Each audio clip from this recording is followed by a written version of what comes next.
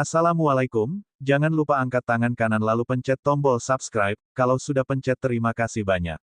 Mari kita dengarkan lanjutan cerita sebelumnya. Judul cerita, Hari-hari Dimanjakan Paman. Bab 75, hanya terdengar suara serius dari telepon, ini dari kantor polisi Foktong, apa ini rumahnya Pamela? Pak Dimas menengadahkan kepala untuk meminta izin dari Tuan Muda.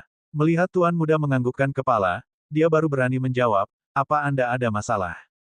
Pihak kantor polisi berkata, kalau kamu adalah anggota keluarga Pamela, sekarang tolong kalian datang ke kantor polisi, ada hal yang perlu dipastikan dengan kalian. Kemudian, pihak kantor polisi menutup teleponnya. Nyonya Frida tidak bisa menerima kenyataan seperti ini, jadi dia duduk lemas di sofa. Olivia makin membakar, Nenek, lihatlah, kantor polisi sudah menelepon kemari, tampaknya wanita yang ditangkap itu benar-benar kakak ipar. Kok bisa dia melakukan hal semacam itu? Sia-sia biasanya nenek begitu menyayanginya. Nyonya Frida sangat sakit hati, bahkan tidak bisa menerima kenyataan ini. Agam berdiri, lalu mengambil jas di sofanya, baru berkata pada Olivia dengan serius, kamu di rumah saja untuk menemani nenek, kemanapun nggak boleh pergi. Olivia malah berlari keluar untuk mengadangnya. Kak, wanita semacam itu, nggak mau juga nggak apa-apa, kamu nggak usah mengurusnya lagi. Dia sudah melakukan hal memalukan. Seperti ini, mengurusnya sama saja membuat keluarga Dirgantara malu. Agam berekspresi masam dan memarahinya, minggir, jangan cari masalah. Olivia bersikeras berkata, Kak, jangan ngurus Pamela lagi. Dia nggak pantas kamu membuang waktu untuk mengurusnya. Kedua saudara itu masih tidak mau mengalah. Ih, Paman, kok hari ini kamu pulang begitu cepat? Nenek, aku sudah lapar. Apa belum mulai makan malam? Suara santai Pamela tiba-tiba terdengar di dalam rumah. Semua orang tercengang, lalu melihat ke arah datangnya suara itu. Mereka pun melibat Pamela, yang sepertinya baru bangun turun dari atas dengan pelan. Setelah melihatnya, Agam terlihat kaget, tetapi tatapan yang tegang sudah hilang, hanya melihat ke atas. Sementara Nyonya Frida langsung duduk tegak dengan tatapan senang.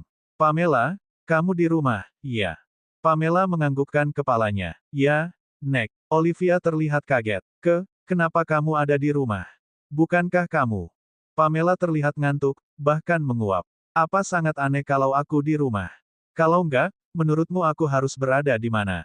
Pikiran Olivia menjadi kacau. Tadi, Dikra sudah mengirim pesan untuk mengatakan hal itu sudah dibereskan. Sekarang, kenapa Pamela bisa muncul di rumah? Setelah Olivia berpikir, dia menyimpulkan, Pamela, kok kamu kabur dari kantor polisi? Kalau kamu nggak tahu malu, ya nggak apa-apa. Apa kamu harus membuat keluarga Dirgantara ikut malu? Kamu baru puas. Pamela memiringkan kepalanya dengan bingung. Kantor polisi. Kenapa aku harus di kantor polisi? Olivia mendengus. Kamu jangan berpura-pura lagi, skandal yang kamu lakukan di luar sana sudah masuk berita. Kami sudah tahu. Tadi polisi sudah menelepon ke rumah, jadi kamu nggak bisa berbohong lagi, sebaiknya kamu jujur saja. Skandal. Pamela menunjukkan ekspresi kaget, tetapi dia berjalan ke arah telepon rumah dengan tenang. Aku nggak tahu apa yang kamu katakan sekarang, tapi aku bisa menelepon balik untuk menanyakan apa yang terjadi. Selesai berbicara, dia mengambil telepon rumah untuk menelepon balik. Halo, apa ini kantor polisi? Halo, aku adalah Pamela, bolehkah aku tanya kenapa tadi kamu mencariku? Bab 76. Setelah menekan tombol speaker, polisi di ujung telepon berkata dengan serius. Pamela, siang hari ini ada orang yang mendapatkan dompet dan ponselmu, bahkan menggunakan KTP-mu untuk check-in di sebuah hotel. Sekarang kamu datang ke kantor polisi untuk memastikan barang ini milikmu atau bukan, serta memeriksa ada kerugian lain atau enggak. Pamela berkata dengan sopan, baik, aku sudah tahu, terima kasih, Pak. Sama-sama. Setelah mengakhiri telepon, Pamela menatap ke arah Olivia dengan tenang. Hanya karena ini, kapan hilang barang termasuk skandal? Olivia, kamu kira kenapa polisi mencariku? Olivia tercengang, seketika tidak tahu harus berkata apa. Kenapa masalah yang terjadi tidak sesuai dengan rencananya? Polisi mencari Pamela hanya karena barangnya hilang. Pamela, baguslah kalau kamu baik-baik saja, sungguh bagus. Hanya berita nggak benar, tadi benar-benar membuatku kaget. Nyonya Frida mengelus dadanya, akhirnya bisa menghela napas lega. Kemudian, Nyonya Frida menoleh untuk melihat cucunya yang tukang mencari masalah, lalu memarahinya. Olivia, beberapa saat ini, kamu kenapa sih? Kenapa suka sekali mengatakan kabar nggak benar? Kelak, berita yang belum pasti ini nggak boleh asal bilang. Olivia menunjukkan ekspresi tidak menyerah. Dia menunjuk Pamela. Nenek, aku nggak asal bilang, bahkan Kak Ervin saja menemukan catatan Pamela tinggal di hotel hari ini. Selain itu, video di berita jelas-jelas adalah dia. Kalau nggak kenapa pelacur itu bisa mengenakan pakaian yang sama dengannya. Pamela memang mengenakan pakaian yang sama dengan wanita dalam video, tetapi Pamela terlihat tenang. Bajuku bukan baju edisi terbatas, wajar saja mirip dengan orang lain. Tapi, kenapa Olivia menuduhku dengan skandal sosial begitu kotor? Olivia hanya mendengus dengan menghina. Aku yang menuduhmu atau kamu yang pernah melakukannya? Hotel ada. Bukti kamu tinggal di sana, lalu kamu mengenakan pakaian yang mirip dengan pelacur itu. Apa di dunia ini ada hal yang begitu kebetulan? Bagaimana kamu menjelaskannya? Pamela merenggangkan tangannya dengan polos. Tadi polisi sudah menjelaskan secara rinci, ada orang yang menggunakan KTP-ku untuk membuka kamar di hotel. Sementara aku, tadi siang menemanimu ke mall, aku juga nggak sengaja menghilangkan dompet dan KTP-ku, lalu kehilangan kontak denganmu, jadi aku hanya bisa pulang. Olivia tertawa mengejek. Pamela, kamu bohong. Penjelasan Pamela bisa membohongi nenek, tetapi tidak bisa membohonginya. Pada siang hari, dia dengan mata sendiri melihat Dikra membawa Pamela ke hotel, jadi bagaimana mungkin hal yang terjadi seperti yang dikatakan Pamela. Pamela mengerutkan alisnya. Olivia, sepertinya kamu sangat yakin kalau aku ada ke hotel. Apa kamu melihatnya? Apa hari ini kamu juga ke hotel itu? Setelah ditanya seperti itu, Olivia memelototi Pamela dengan takut. Aku ngapain ke hotel? Aku nggak pergi ke sana. Olivia memang melihat dengan matanya, tetapi dia tidak boleh mengatakannya, karena dia akan ketahuan melakukan hal itu. Pamela, Olivia sejak kecil dimanjakanku, jadi dia sangatlah keras kepala. Kamu jangan keberatan dengannya, aku pasti akan menghukumnya. Nyonya Frida segera menengahinya. Satu adalah cucu menantu yang dia sukai, satu adalah cucu yang dimanjakan sejak kecil, bisa dibilang mereka berdua orang yang penting, jadi Nyonya Frida kesulitan mengatasi masalah ini. Nyonya Frida memukul cucunya yang bodoh. Olivia, kali ini kamu yang salah, cepat minta maaf pada kakak iparmu. Olivia tentu saja tidak mau minta maaf, tetapi sekarang rencananya tidak berhasil, jadi dia merasa pemikirannya sangat kacau. Sekarang, dia tidak ada bukti mengatakan orang itu adalah Pamela. Jadi, Olivia hanya bisa mendengar kata neneknya, lalu berkata dengan enggan, baiklah, hari ini anggap saja aku yang salah, aku mengakui kesalahan. Ini, Pamela melihatnya dengan tenang. Maaf, aku nggak terima pengakuan salah yang terpaksa seperti ini. Olivia sangat tidak senang, jadi dia berkata dengan marah, Pamela, aku sudah mengakui kesalahanku, apalagi yang kamu inginkan. Jangan ngelunjak, ya. Olivia, nggak boleh bersikap kurang ajar pada kakak iparmu. Tegur Nyonya Frida dengan keras. Olivia masih tidak mau mengalah, dia terus menghina, dia termasuk kakak ipar apaan. Aku nggak mau orang desa sepertinya menjadi kakak iparku. Dia hanya wanita jalang yang licik dan berharap mendapatkan kakakku yang kaya raya. Kurang ajar, jangan asal ngomong. Nyonya Frida sangat marah sampai ingin menamparnya, tetapi dia tidak bisa melakukannya. Bagaimanapun juga, dia adalah cucu yang dimanjakan dirinya. Olivia tentu saja tahu nenek tidak rela memukulnya, jadi dia terus menunjuk Pamela sambil memarahinya tanpa takut, yang kubilang adalah kenyataan. Dia memang orang desa. Nyonya Frida sangat marah. Anak ini, Pamela takut Nyonya Frida sakit karena marah, jadi segera mengelus punggungnya. Nenek, jangan marah, aku nggak akan keberatan dengannya, tapi aku nggak akan memaafkannya. Bab 77. Pamela, tolong lihat mukaku. Nyonya Frida masih ingin mendamaikan mereka. Pamela sangat tegas. Nenek, ini bukan pertama kali dia begitu. Waktu itu, dia membawamu ke pameran lukisan untuk menangkap bukti aku berselingkuh. Kali ini dia bersikeras mengatakan aku adalah pelacur, bahkan berkata kasar padaku. Aku nggak bisa memaafkan orang yang berkali-kali menghinaku, bahkan nggak mau meminta maaf dengan tulus. Harap nenek bisa maklumi. Nyonya Frida menghela napas tak berdaya, dia juga mengerti Pamela. Wanita mana yang tak marah dituduh melakukan hal seperti ini? Kedua masalah ini. Memang Olivia yang keterlaluan. Olivia sudah dimanjakan sampai bersikap keterlaluan, sudah waktunya menghukumnya, tetapi dia mudah sakit, jadi tak bisa memukulnya. Aduh, asal Pamela tidak keberatan, ya sudahlah. Akhirnya Olivia tidak mendapat hukuman apapun, jadi Olivia menantang Pamela dengan mengangkat alis, bahkan berekspresi sombong yang artinya, bagaimana? Aku memang memarahimu, tapi nenek nggak tega menghukumku. Minta maaf padanya. Terdengar suara serak seorang pria yang dingin sehingga membuat ruangan ini menjadi mengerikan. Setelah Tuan Muda keluarga Dirgantara berbicara, suasana menjadi tegang. Pengurus rumah dan para pembantu agak kaget, Tuan Muda jarang bersikap tegas pada Nona. Hari ini, karena nyonya muda yang baru menikah dengannya, dia benar-benar marah dengan sikap Nona. Olivia tercengang, lalu menatap ke arah Agam dengan kaget. Kak, bahkan kamu juga nggak membelaku lagi. Kamu pasti diprovokasi oleh Pamela. Tatapan Agam terlihat tenang, juga galak, bahkan berkata dengan tegas, kamu sudah memfitnah orang, kamu seharusnya minta maaf. Pamela menoleh untuk melihat Paman Agam dengan tersentuh.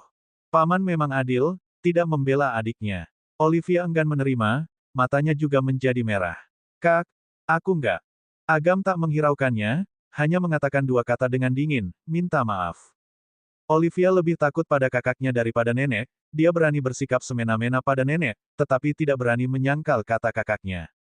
Akhirnya dia menggertakkan gigi, lalu meminta maaf pada Pamela sambil memberi hormat, maaf. Pamela hanya meliriknya, tidak menjawab. Kemudian, dia menoleh melihat Nyonya Frida sambil berkata, Nenek, sekarang aku mau ke kantor polisi untuk mengambil barangku. Nenek makan dulu, nggak usah menungguku.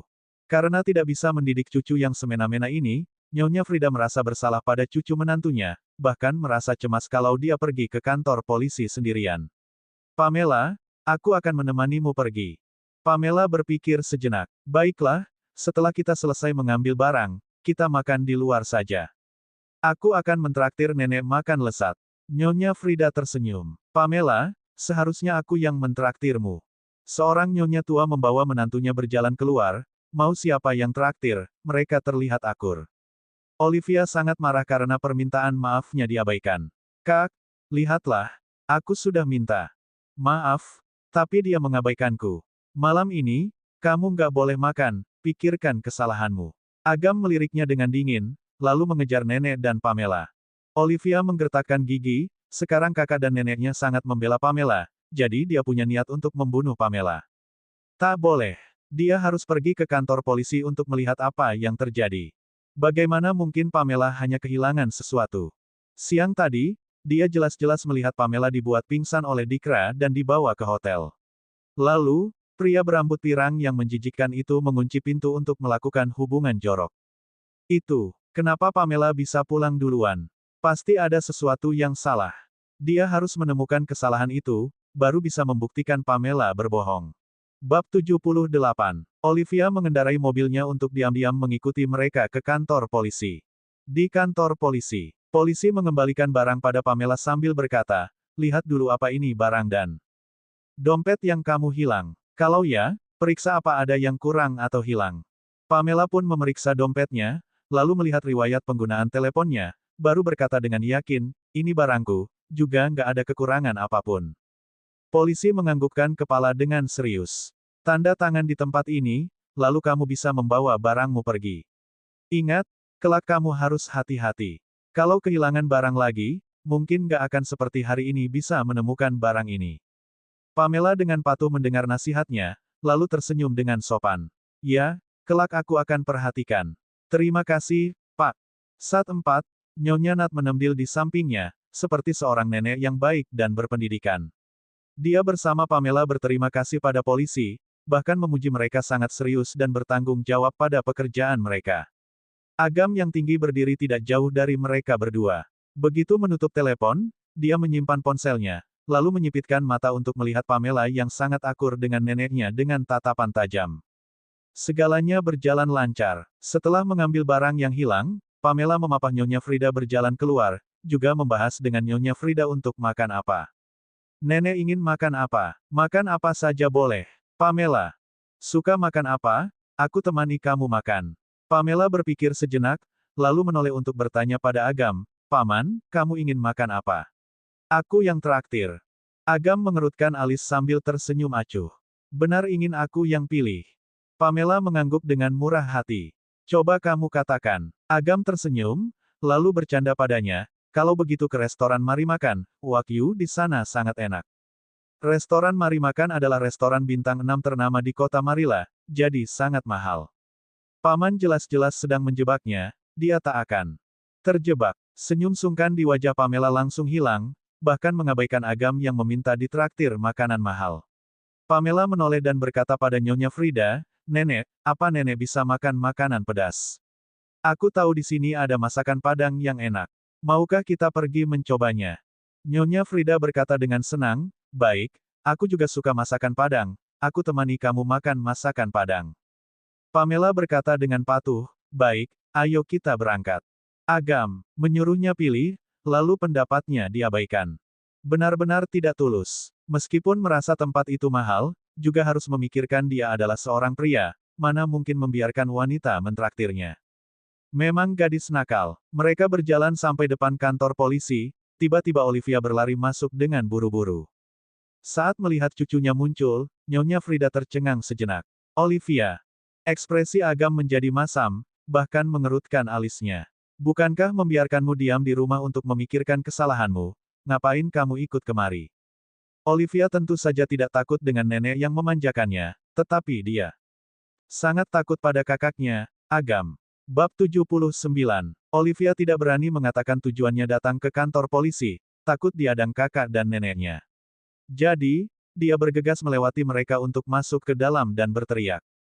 "Pak, aku ingin tanya, apa hari ini ada sepasang kekasih yang melakukan hubungan intim ilegal di Hotel Dirgantara tertangkap?" Pak polisi menengadahkan kepala untuk melihatnya sambil menjawab dengan jujur, "Benar, ada kasus seperti itu, ada apa, ya?"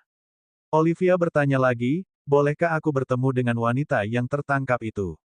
Aku merasa aku kenal dengannya."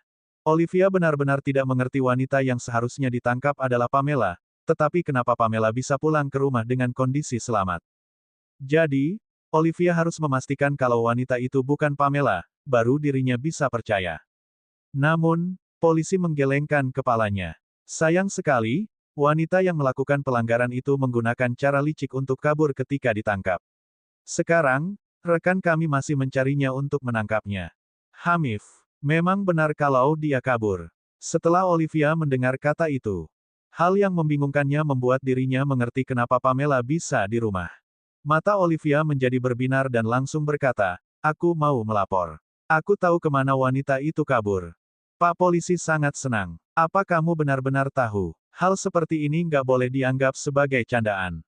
Olivia tidak berbicara banyak, hanya menoleh untuk berjalan ke arah Pamela yang sedang memapah Nyonya Frida, lalu menarik Pamela ke depan polisi, bahkan melapornya tanpa sungkan, "Pak, dialah orangnya.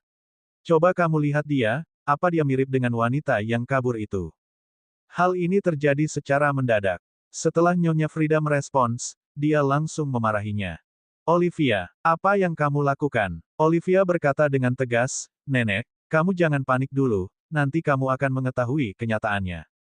Pak polisi itu agak kaget, lalu mengamati Pamela. Karena hari ini aku nggak ikut melaksanakan tugas itu, jadi sampai sekarang aku belum melihat tampang tersangka itu. Tapi, setelah kamu melapornya, aku baru menyadari kalau dia memang mirip dengan wanita dalam catatan penegakan hukum yang diberikan oleh rekan-rekanku, bahkan mengenakan baju yang sama, tinggi badan juga nggak beda jauh. Olivia tersenyum bangga, lalu berkata dengan percaya diri, "Pak, kamu nggak usah ragu lagi, langsung tangkap saja dia. Aku berani memastikan kalau pelacur yang kabur itu adalah wanita di depanmu. Barang-barang tadi pasti sengaja dihilangkannya agar dia tak terlibat dalam kasus ini." Pak polisi mulai memikirkan dengan serius. Agam berjalan ke depan untuk melihat adik yang suka cari masalah, lalu berkata, "Apa belum cukup ribut di rumah?" Masalah sudah sampai tahap ini, Olivia makin percaya diri. "Kak, sekarang yang aku katakan adalah kenyataan. Aku hanya ingin kamu melihat jelas sifat asli Pamela, jangan tertipu oleh wanita licik sepertinya." Ekspresi Agam tak ada ekspresi, hanya memerintah, "Ervin, bawa dia pulang dulu." "Baik, Tuan Muda," jawab Ervin, sambil melangkah maju. Namun, Olivia langsung bersembunyi di belakang polisi. "Aku nggak mau pulang. Sebelum Pamela mendapatkan hukuman, aku nggak akan pulang." Agam menggunakan kode mata untuk menyuruh Ervin membawa pergi Olivia.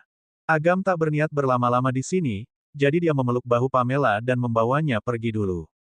Tak disangka polisi itu mengejarnya, lalu mengadang di depan mereka dengan serius sambil berkata, "Tunggu dulu, Pak. Sekarang dia belum bisa pergi." Tatapan Agam menjadi dingin. Kenapa dia nggak boleh pergi? Pak polisi mengamati Pamela, makin lihat makin curiga. Sekarang kondisi Pamela butuh tetap di sini untuk membantu kami menyelesaikan masalah. Tadi barusan menerima laporan kalau dia adalah wanita yang kabur itu, sekarang kami butuh memverifikasinya, jadi dia nggak boleh pergi. Setelah melihat ini, Olivia makin percaya. Kak, lihatlah. Pak polisi saja bilang harus memverifikasinya, buktinya sekarang polisi juga mencurigai Pamela. Agam menyipitkan mata, lalu menoleh untuk melihat Pamela. Bab 80. Pamela terlihat tenang, bahkan tersenyum sinis pada Agam. Ada apa? Apa paman juga nggak percaya padaku? Agam mencibir. Apa yang kamu curigai? Apa mencurigaimu menghadiahi diri sendiri dengan cara mencari pria rendahan seperti itu dan menjual diri sendiri sebagai hadiah wisuda? Pamela tercengang, lalu memelototinya. Bisa-bisanya di saat ini paman bercanda dengannya. Namun, sikap menyindir balik ini seolah-olah menyatakan Agam tidak mencurigainya. Pamela mengabaikan Agam, hanya berkata pada polisi itu, "Pak, bagaimana aku harus bekerja sama dalam pemeriksaan kalian?" Pak polisi berkata dengan serius, "Kamu ikut aku dulu." Pamela, Nyonya Frida merasa cemas, jadi menarik lengan cucu menantu dengan ekspresi khawatir. Pamela meminta maaf pada Nyonya Frida sambil tersenyum. "Nenek, aku sudah membuatmu kecewa. Hari ini, aku mungkin gak bisa menemanimu makan malam." Nyonya Frida tercengang. "Pamela, apa kamu benar-benar?" Pamela tidak menjelaskan, hanya mengikuti polisi ke ruang interogasi. Ketika melewati sisi Olivia, Olivia menunjukkan senyum bangga, bahkan berkata dengan sombong. "Pamela, kamu kira berhasil kabur pulang menyatakan semua masalah itu tak pernah terjadi dan bisa menutupi hal ini. Aku bilang padamu, orang yang berbuat jahat, pasti akan ditangkap. Kamu bisa membohongi orang lain, tapi nggak bisa membohongiku." Pamela berhenti melangkah, lalu melihatnya dengan tenang. "Olivia, kenapa kamu begitu yakin kalau pelacur itu adalah aku? Apa kamu pernah melihatnya atau kamu ada bukti? Beranikah kamu mengatakannya?" Wajah Olivia melintas rasa tidak percaya diri, lalu mendengus. "Aku nggak lihat, juga nggak ada bukti, hanya firasat saja." "Pamela, apa sampai sekarang kamu masih keras kepala? Setelah polisi itu memastikannya, kamu pasti nggak bisa mengelak lagi." Pamela tidak berbicara, hanya menundukkan kepala untuk mengikuti polisi itu ke ruang interogasi. Setelah melihat Pamela dibawa pergi, Olivia merasa sangat senang, bahkan menunjukkan ekspresi percaya diri. "Kak, Nenek, kalian tunggu saja, sifat asli Pamela akan terungkap." Nyonya Frida merasa kondisinya tidak baik karena terus terkena rangsangan seperti ini. Ervin memapah Nyonya Frida ke kursi untuk istirahat. Kemudian, Ervin berjalan ke depan Agam dan bertanya, "Tuan Muda, untuk masalah Nona Pamela ini, apa perlu aku hubungi kepala kantor polisi Foktong?"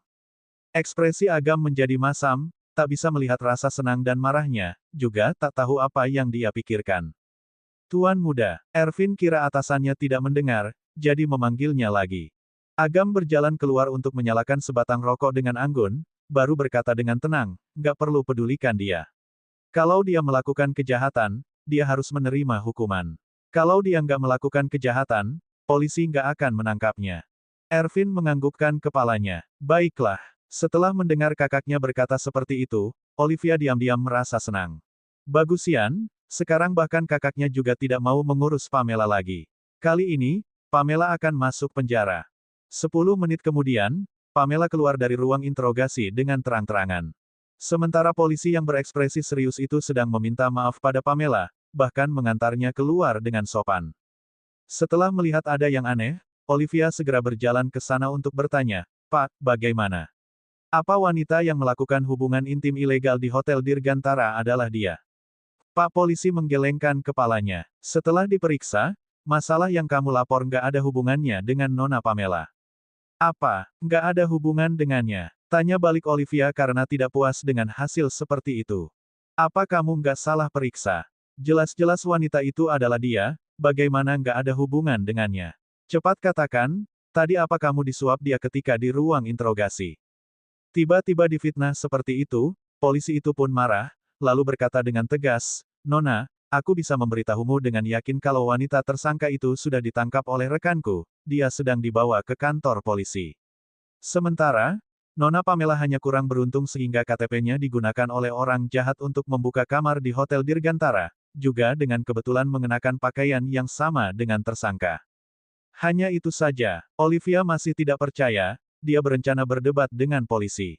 Tiba-tiba terdengar suara sirene mobil polisi. Setelah sirene berhenti tak lama, wanita yang mengenakan pakaian yang mirip dengan Pamela dibawa oleh dua petugas masuk. "Patuhlah. Kali ini, kamu nggak bisa kabur lagi." Olivia tercengang.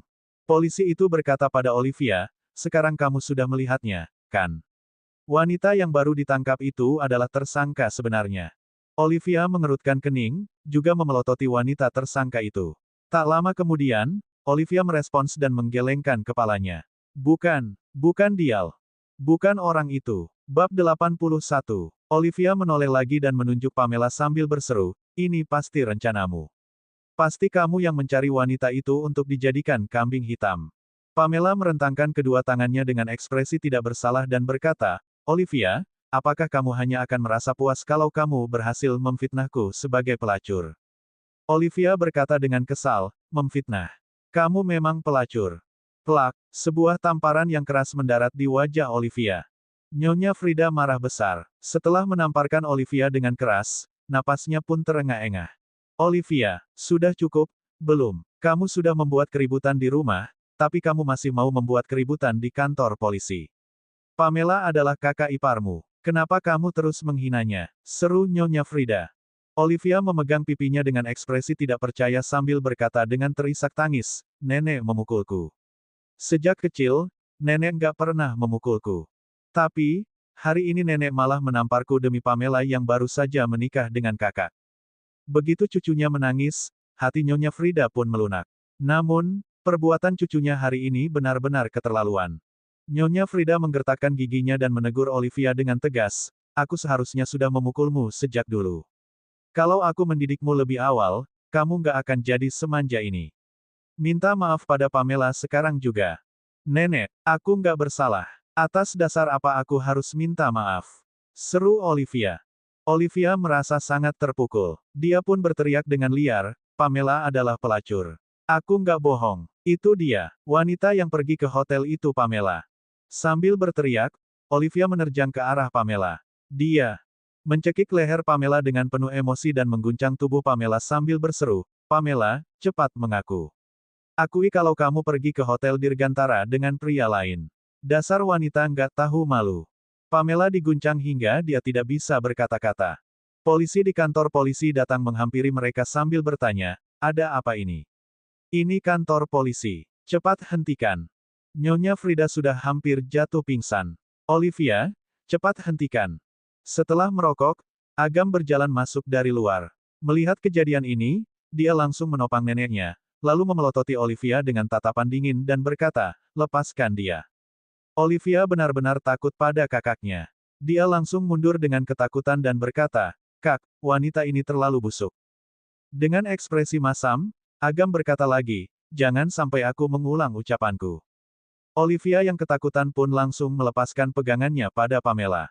Agam membiarkan Ervin menopang Nyonya Frida. Kemudian, dia berjalan maju dan memegang wajah Pamela sambil memeriksa jejak merah di leher Pamela. Dia mengernyit dan bertanya, "Kamu bodoh, iya. Nggak bisa menghindar." Pamela juga mengernyit dan berkata dengan kesal, "Paman, kenapa kamu menyalahkan korbannya?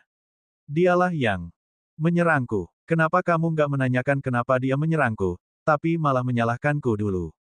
Kalian para anggota keluarga Dirgantara masih bisa berpikir lurus nggak sih?" Tatapan Agam seketika menjadi lebih lembut. Dia tertawa mendengar ucapan gadis ini. Dia pun mencubit pipi Pamela dan berkata, "Kamu memang pandai bicara, ya." Dengan wajah cemberut, Pamela berkata, aku baru saja dicekik, tapi paman malah mencubit pipiku lagi. Keluarga kalian memang keterlaluan."